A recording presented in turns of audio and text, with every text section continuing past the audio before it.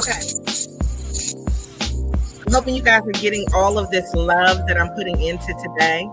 I do not know what's going on in the background, but I'm just going to turn the music down.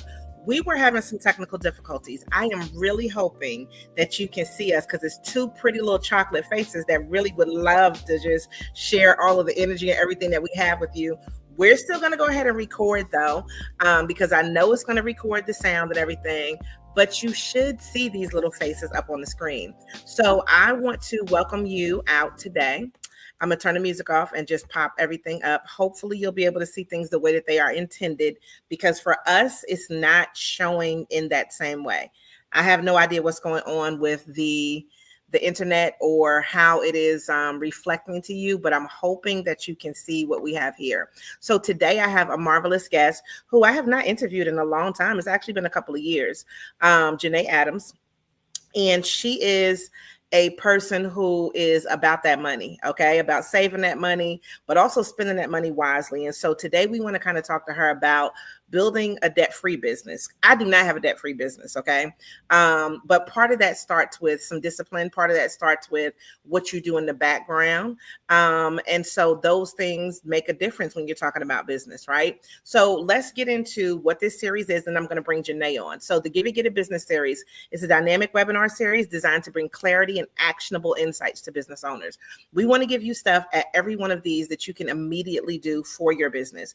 We don't want it to be something where it's just theory or where we're just talking, trying to have a kiki. No, we can have a kiki, but we also need to invest in you mentally. And so with our Give It Get It business membership, that's part of what we do. And this is something that we do on at least a monthly basis, sometimes twice a month, in order to be able to let you know who the members are, but also our business service organizations, things your business just needs to know about. We work with government agencies and all of that stuff that seems like it's just too overwhelming, that might be chaotic.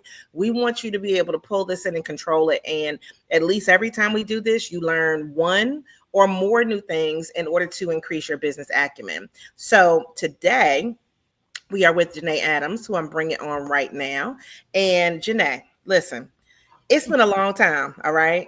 And we have done individually, collectively, just in the state of North Carolina, out of the state, some marvelous things, okay? And I just want you to let people know just who you are in general, and then we'll dig deeper a little bit.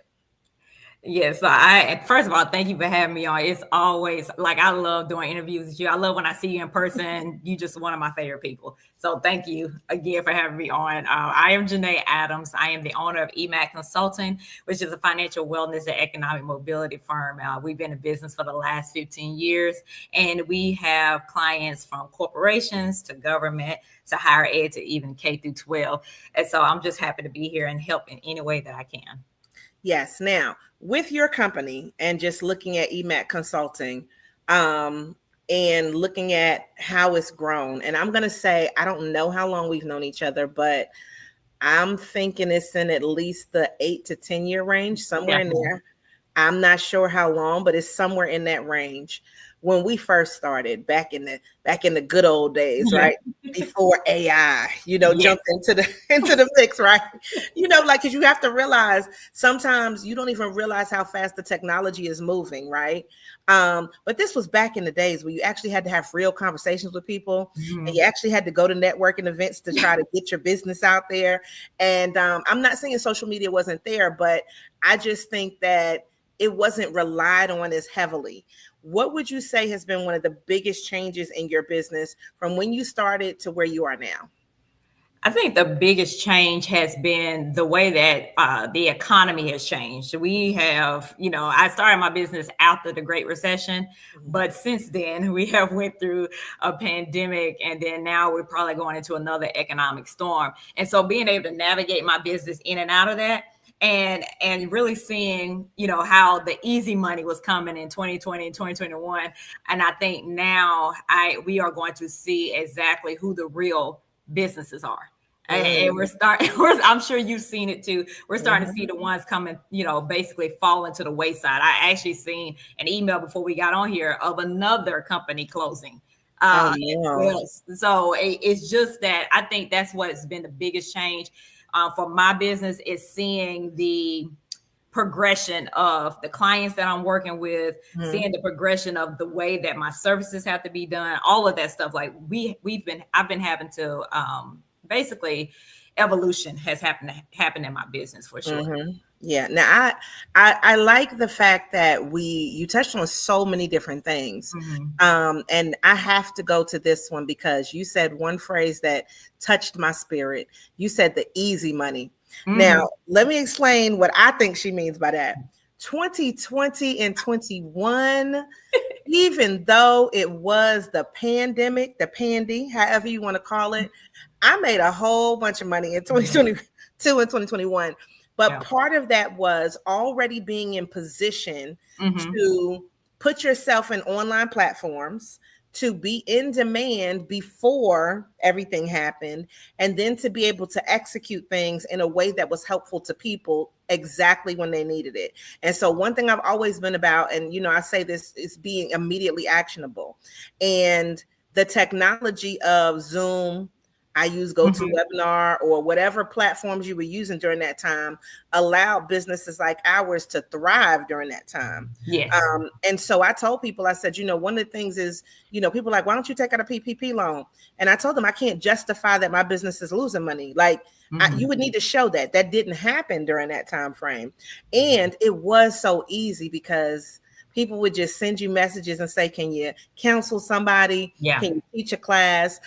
So what happened for you during that time frame? Yeah, and you're right. And I when I was saying easy money, of course, just like your business went up, my business went up as well because I didn't have to fly anywhere. I could just be online.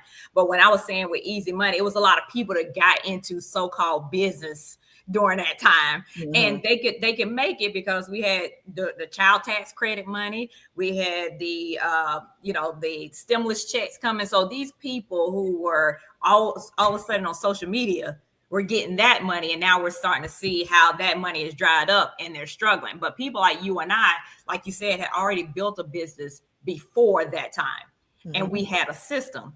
And I have definitely seen how you have been able to just go even at higher levels from what you were doing before. And I'm sure demanding even more money than you did before because you're just doing everything bigger and better. And so, yeah, so what I'm seeing, for me during that time, like I said before, the money definitely went up. And since then, it has helped me grow because I'm like, okay, now the next step is the government contracting, right?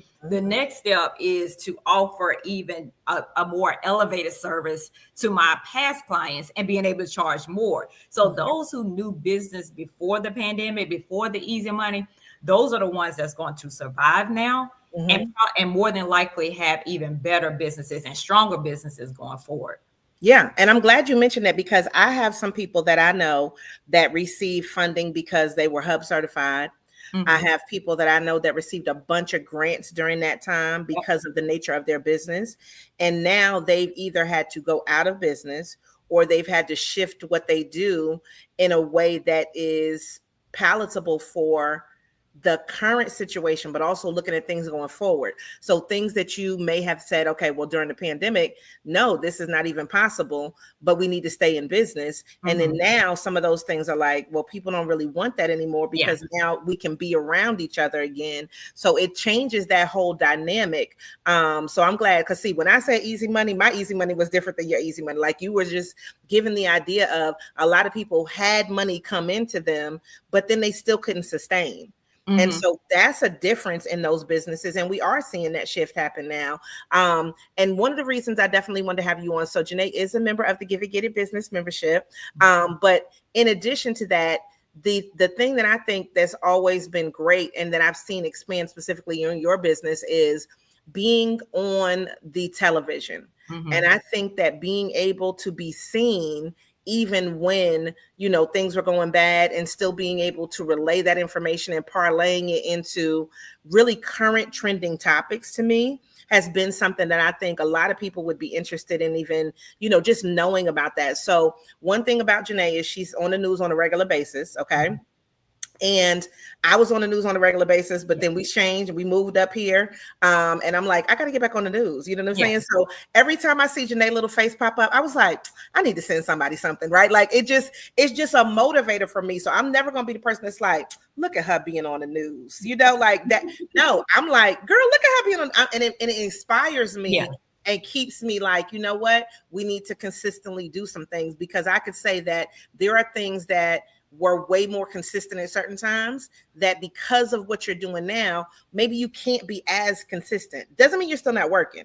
Just means you have to change what you do. But can you talk to that about being on the news and how that has affected your business on a regular basis, whether that is social capital, whether that is speaking engagements or whatever? Definitely. And I have been on the news now, I think probably like 12 years, which is wild to me. And what it does, because people are always saying, well, why do you keep doing it? I'm saying, because my face is on TV every week or every other week. And what it does, like you said, it gives you social capital. It shows that someone wants to hear from you, wants your thought leadership in the area that you're in. And it's only expanded from when I started. When I first started, it was just me and Tracy once a month, actually. And now I think I've worked with 8 people on that show now within that network. And then it's also expanded. So it's not only making my face be seen here locally, but also around the country. I even did, I taped from South Africa one time. And so what that does is it justifies my price. And so that's why I tell people all the time, having media, whether you're on TV or whether you have different articles within magazines or in newspapers, that justifies your price. That helps you raise it up for sure. It definitely does. And I mean, like I said, you were doing the news before I was doing the news. And I was like, you know what, I have some stuff to say too. So I want to get on there. And I think that you just, one of the things that is important that people need to understand, and I say this on multiple platforms whenever we're out, is the relationships matter, right? So the thing is, Tracy's not even at the station anymore, because from what I saw, Tracy moved to Connecticut, right? And Tracy was one of the reporters that was on WFMY. So she was there for years, but now she's moved, because that's a lot of times what happens in the journalistic world. They go from a different station to a different station. And so it could have been something where it's like, okay, well, she's gone, so we're not doing your segment anymore. Right? But you still had to have those relationships with those producers, with the station, with the other newscasters who felt like it was valuable to hear the things that you were talking about. Exactly. And that's the key I would give to people. They be an expert in what you're doing and what you're talking about, because if then you just become the go-to person. I'm pretty much sure in that newsroom, if it's something about money, they're just like, just call Janae, see if she's available. Because that's what it has been on multiple occasions, that people I have never met before that will call me and say, yeah, Janae, I know you don't know me, but I work at WFNY. Could you do a segment with me on this? And it could be the same day. They're like, are you ready? Could you be ready in like 2 hours? And that's another thing. You've got to be ready all the time. Stay ready so you don't have to get ready, especially when it comes to the news. Yeah. And I mean, when it comes to that, I think of the things of like, even when we said we were prepared, not necessarily we didn't know COVID was going to happen, but we were prepared in business to be in place. Right.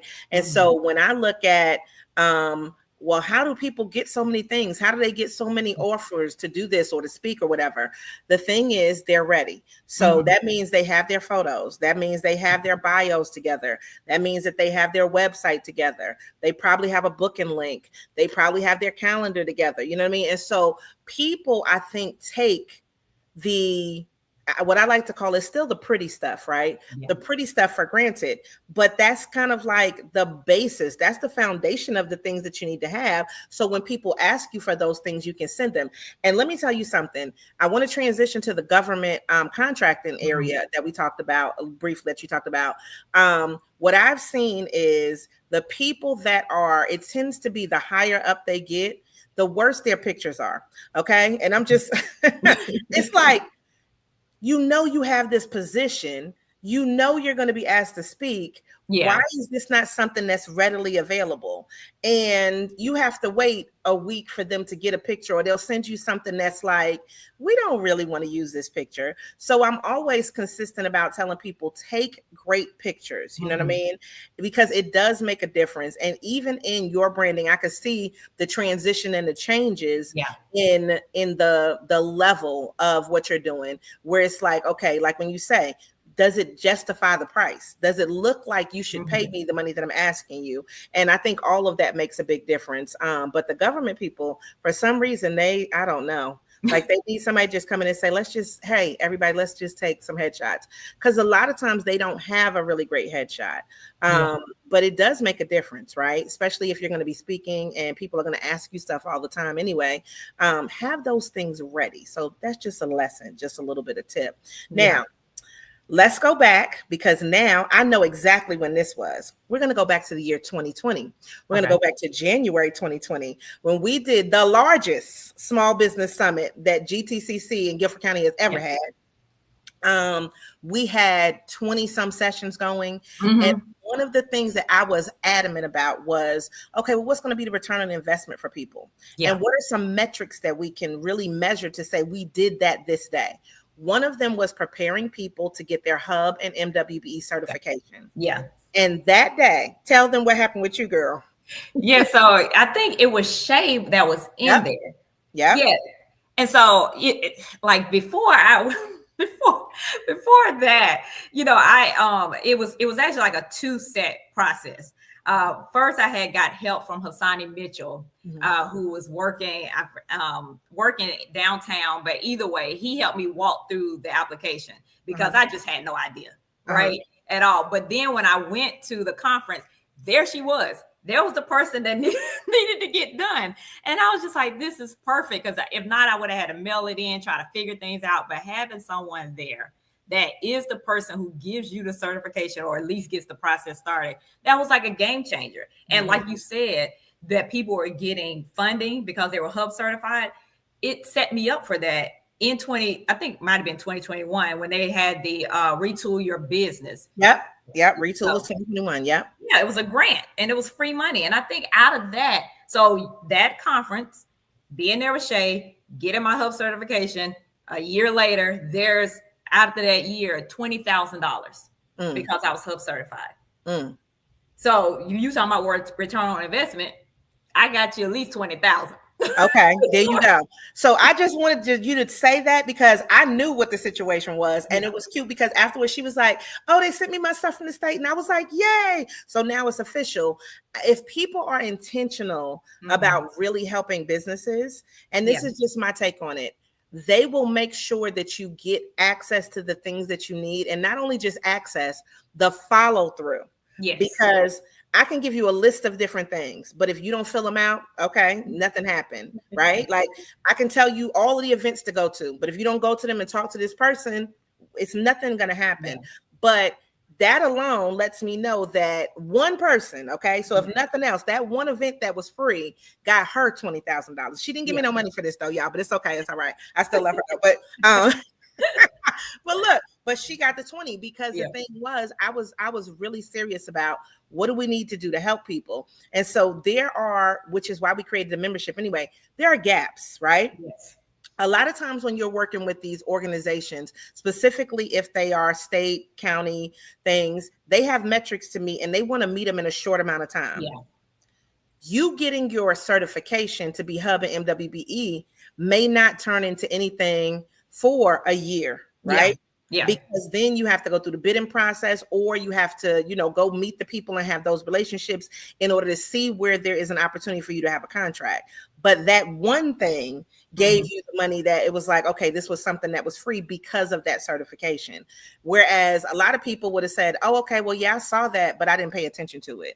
Or I didn't do it. I didn't fill out my paperwork. And the thing about it is, it's a free certification. Exactly. So that transitions into, tell us what you have coming up, because I saw a little post that you have something coming up, and I don't think we missed it yet, but is it Department of Transportation? I did do that one. Okay. I did do that one. I spoke to their small businesses that are up under them with the Department of Transportation, and they actually did partner with Shay. So it like the relationship that started that day is continuing. Like I call her Shay now, and I've seen her in multiple different avenues, and we're good friends. But that one has happened. We partnered with the Hub office, and Shay invited all her business owners as well. So it was a really good workshop for sure. I love it. I love to hear these wonderful success stories like this, because it is the connection. It is who you know. It is sending people stuff. We've sent each other stuff. This is coming up. I'm not sure if you're interested in it, but I just thought I'd let you know. And so that connection has never gotten severed, right? Because it was intentional to stay in contact with each other, even though she's usually out of the state ripping and running. I'm usually somewhere in the state ripping and running. Yeah. But you still are like, oh, I see that. I'm going to send that to you because it could be beneficial to you. So when we transition and we talk about, building a debt-free business, I don't want to leave out of here without letting people know about that specifically. Now, her story is unique because she had all of the energy to say, I'm going to pay off all my personal stuff. Okay. Yeah. And so I want to kind of approach it from that way, because a lot of times with business owners, and I keep getting this over and over, their personal things are messed up, their personal finances, but that's why they then can't get the business credit. Yeah. So can you talk about what was the intent behind it personally, and then how that has then transferred into not only that, a book, but also classes and speaking engagements about how you got debt free? Yeah, so it was definitely from the beginning. It was personal, $50,000 of debt in 2 years that I paid off, and I was still working in corporate America. I had no idea that I was going to eventually use that process and that time in my life to create the business that I have for the last 15 years. But going through those steps, and what it helped me do when it comes to a debt-free business is because I know that if my personal finances are not where they need to be, it's so hard for me to focus on my business. And so that's actually what I taught in that Department of Transportation workshop, was about personal finances, because there's a lot of things that you can't do. First of all, you can't be creative. You can't think of new ways to go and get business. And then if you have an opportunity to go meet a client, go to a conference, and the money's not there, then you've lost out on it. So I had all of that in the back of my mind while I was growing, starting my business, and just have kept it that way. Now with me, I am a majority service-based business. The only products that I have is my books, right? And then outside of that, you can call my online curriculum a product, but it's still online, right? And so my overhead is lower than people who might have a product business, or people who have something, cybersecurity or technology. But majority of people have a business that can be cash funded if they need to be. But like you were saying with business credit, if your personal stuff is all messed up, no bank is going to deal with you. They're just not, because they're like, you got all this debt over here, and you want us to give you money because you believe in your business? No, it's just not going to happen. Yeah, I mean, and that is the reality of it. And so there are programs out there that can help people with their personal credit in order to get things together. Yes. But I think that people feel like this is true, though. There is a separation between business and personal. Okay. But because you're just starting a business, they want to see that you can personally handle the financials that are going to come along with it. Yeah. And so then that puts people in a bind where it's just like, they're like, well, nobody will give me money. Well, you might be the first person to give you money. Like, honestly, if you really looked at reevaluating what you're spending on. So if I wanted to go get a certain amount of money right now, which I don't particularly, I do work with a lot of companies, and we have some new stuff that's going to be coming up. I just can't share it today. I wish I could have. I thought it was going to be in place by the time that we got here, because it would have been a perfect little segue with what we're talking about, but it'll be coming out soon, where there are products out there that can help you coaching wise to do better with your money, so that this way, personally and professionally, you can do what you need to do and get the funding that you're looking for. Yeah. But it's also a certain area of discipline. So if there was money that I'm looking for because I need more money, the first thing that I do is I look at my spending habits. Yeah. and I look at what I can just bring on in, rein in a little bit, and then I make the adjustment. Yes. And then every time that I do that, it gives me the money that I was probably looking for. Now, I may be a different type of business owner just because it's things that I'm definitely going to spend on. Yes. But even if it is like, okay, listen, we don't need to do as much of that. I'll go look at, all the expenses that we have and say, okay, we can cut back on this. We don't have to do that right now. And you have to do that sometimes in order to just look at the whole picture. So if that means I have to cut back for 2 months or 3 months, I hate it. I'm going to be honest with you. I hate it. But usually I've already found some of the money that I need in my business just by myself. Now, if there was an opportunity where I'm like, okay, well, let me get this loan, let me see, whatever else. The biggest thing I want people to do is say, what do I really need it for? Am I really going to spend this on? This is the business thing, and I don't have to buy it again anytime soon. And my biggest tip is always, is this going to make me more money? Because just borrowing money just to be borrowing money is Cocoa Puffs. Like, what are we doing out here? Yeah. So what is one of the, like, if people are trying to get money, what's one of the biggest mistakes that you see that they make that maybe you've been able to kind of turn people around? Yeah. Because a lot of times, like if they're trying to, of course, that was like a great tip, being able to cut back in your business expenses, personal expenses, and, finding the money there. Like, that's what I tell people all the time, like cut back, sell things. How can you bring money in first and foremost? But what I tell people that the mistakes that they usually make, I tell them, I said, you don't have the money now. So what is the plan to make sure you have the money to pay these people back? Because if you don't pay them back in time, that percentage is going, that interest rate is going to hit you, and it's going to be even worse. And so you might be in a worse position. So whatever you're borrowing this money for, you better have a concrete plan that you go make that money back plus more in order to pay these people back. And so that's the biggest mistake. I think people sometimes are in desperate mode and haven't figured out, how am I going to pay these people back? And it becomes a cascade effect. Yes, it does. And I mean, I hate that. That's why that's always my number one thing. Like, okay, so if I borrow this, then this is what my payment is. And how long is it going to take me to pay it off? And I always look at it like that. So I look at how quickly can I make that money back? Yes. So let's just say hypothetically, I'm just going to use like a simple example. Let's say you needed a new piece of equipment. Okay, that equipment's going to produce revenue. Yes. So how many jobs do you need to do in order for that equipment to pay that loan off? You know what I mean? Yes. And so if you didn't take any money from it, like as far as trying to make a profit or anything like that, and you just took the revenue that it generated, how quickly could you pay that off? And I look at how quickly could you pay that off for a reason, because they're going to give you a payment, and that payment is going to be something that should be affordable.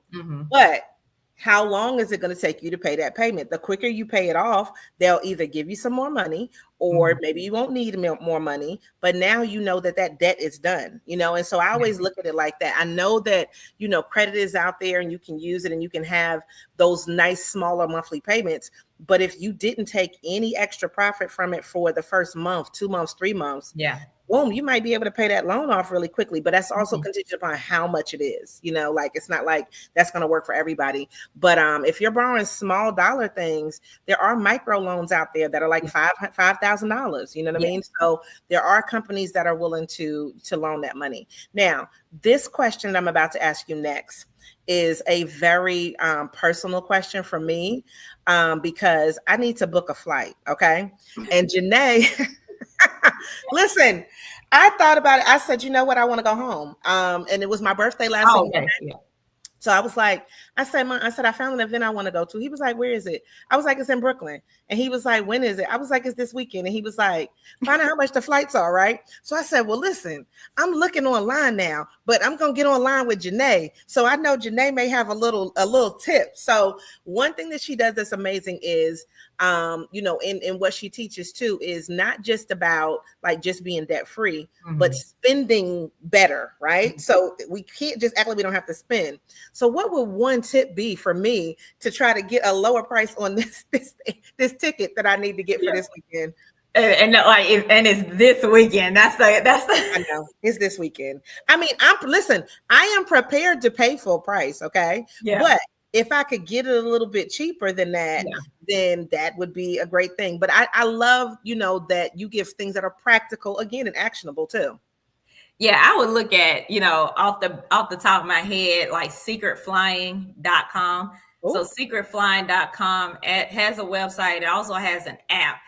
So in the future, for future reference, like you'll be able to put your home airport, and you can Okay.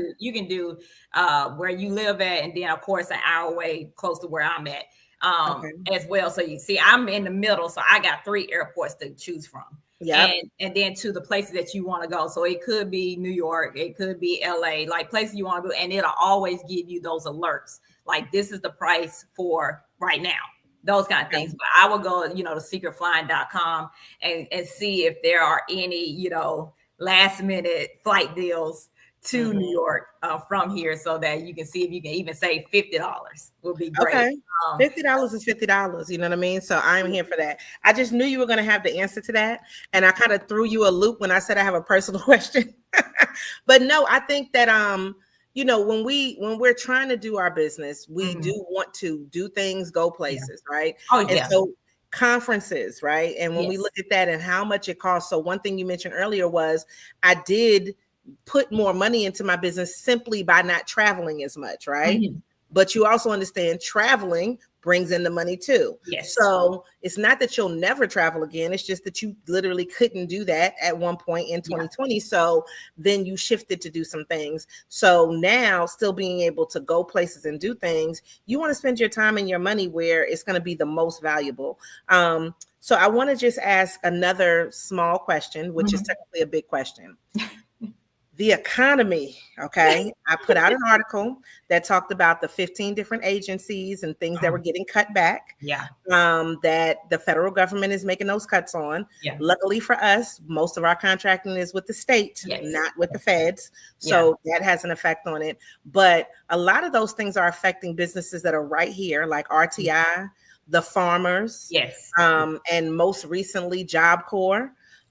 So if you had a synopsis of the economy, but what should we as business owners do to combat all of the foolishness that's happening right now?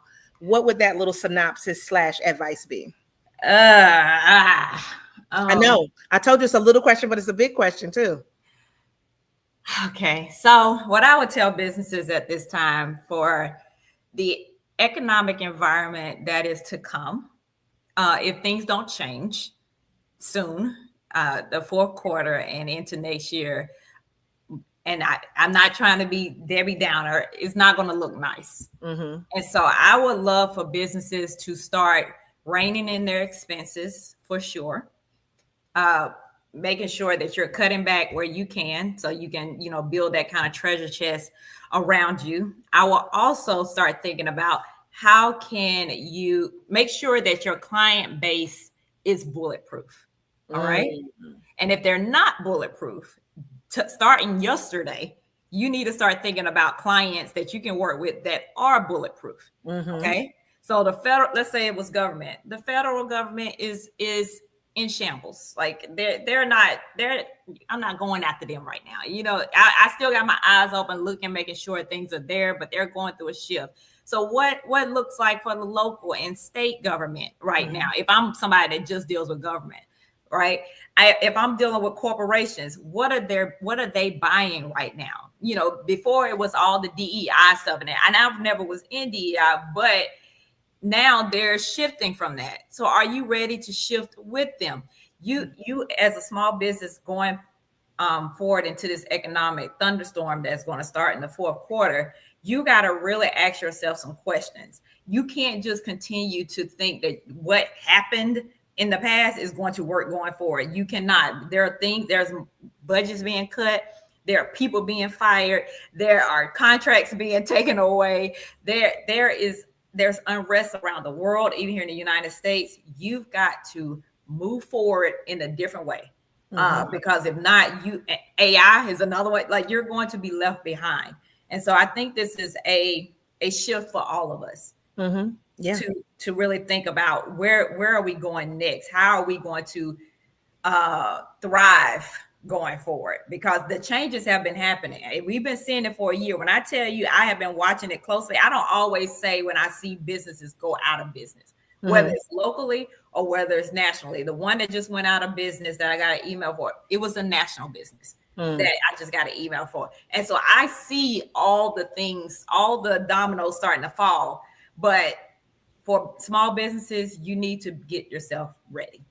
Definitely. Now, that's why somebody said to me the other day, oh, well, you're leaving this event early. I said, yeah, because I have a class to teach. I said, but I also have meetings where we're talking about stuff for next year. And they're like, you're in 2026 already? And I'm like, you're not? Like, yeah. I don't understand. When June gets here, that is my signal. It is my birthday. I tell people that it's the official start of summer as far as I'm concerned.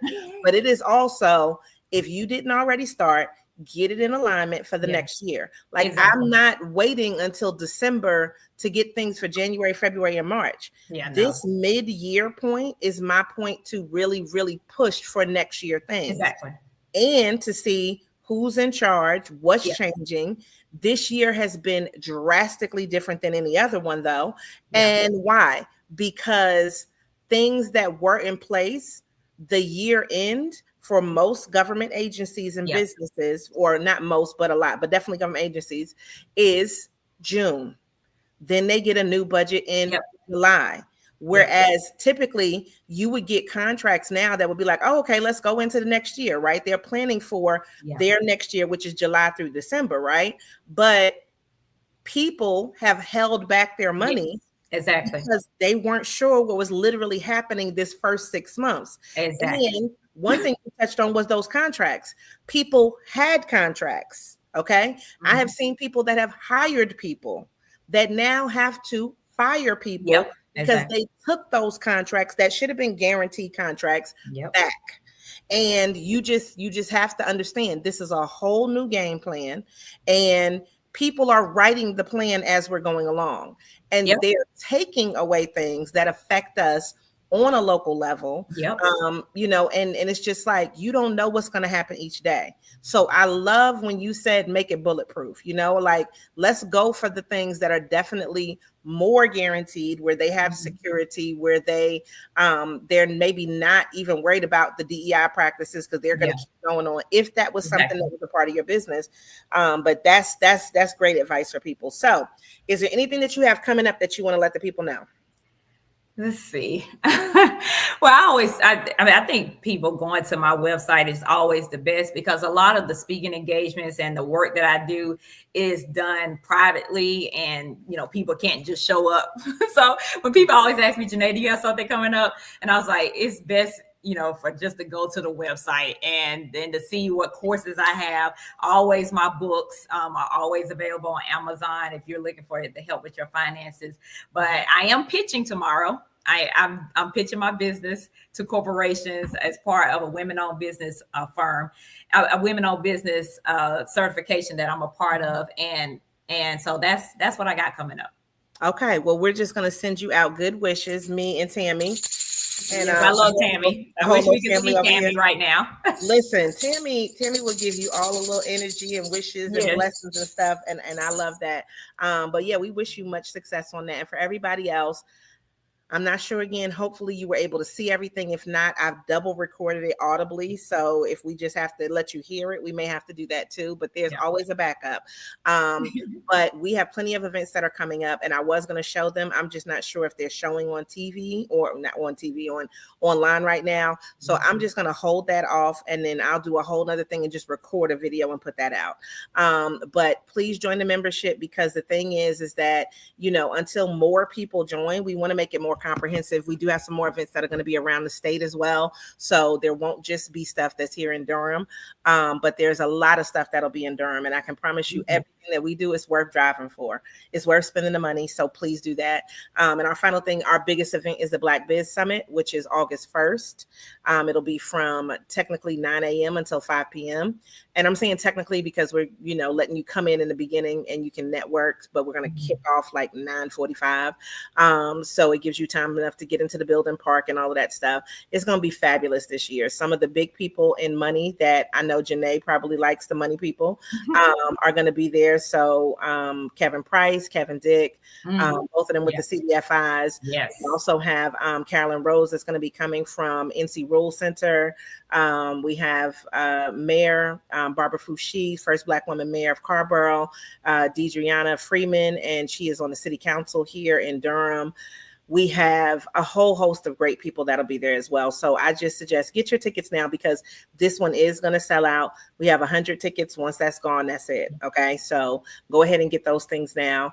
And if you're a member, you should already have gotten your email, but we'll be sending another one. You get a discount on that as well. So since this is open to the public, if you join the membership, that's when you'll get the information so you can get your discount on that as well. All right. Well, Janae, thank you for spending time with us today. And I think this was very insightful. I think, you just have given a lot of energy and I appreciate the things that you do.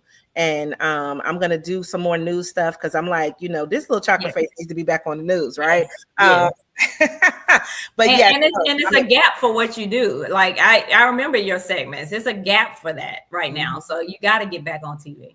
Yes. So we're going to do that up here in this area. I mean, we still could come back up there too. It's not like it's, I don't have a problem traveling, but definitely doing that because there's so much business stuff that people need to know that maybe they're just missing that. And so we'll try to fill that gap in there.